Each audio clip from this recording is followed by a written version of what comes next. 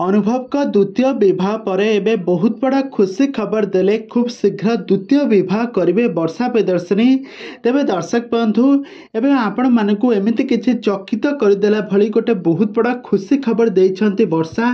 तेबे वर्षा ए जो फोटो जहांक सहित भाइराल हेउछि कोन तांकु विवाह करिवे ना से आगामी दिन में काहाको विवाह करिवे संपर्क में सब किछि जानिबा पई हेले आपण माने आजिर भिडियोटी को पूरा शेष पर्यंत देखंतु। आ या पूर्व जदि आपण माने आम चैनल को सब्सक्राइब करि नांती ताहाले सब्सक्राइब करि पाखड़ थवा बेल आइकन को दबाई दियंतु। दर्शक बंधु आपण माने त समस्त जानिथिबे अनुभव और वर्षा दुहे परस्पर को शूटिंग सेट रु दीर्घ दिन धरी भल पाइबा परे शेषर तांकर बाहाघर होइथिला।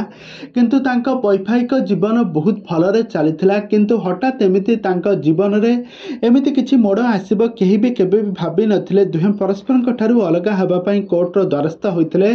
आ या परे 2023 मसिया तांकर डिवोर्स मध्य सरीगला। आ वर्तमान समय एवं अनुभव महांती जागृति शुक्ला को विवाह कर सारी।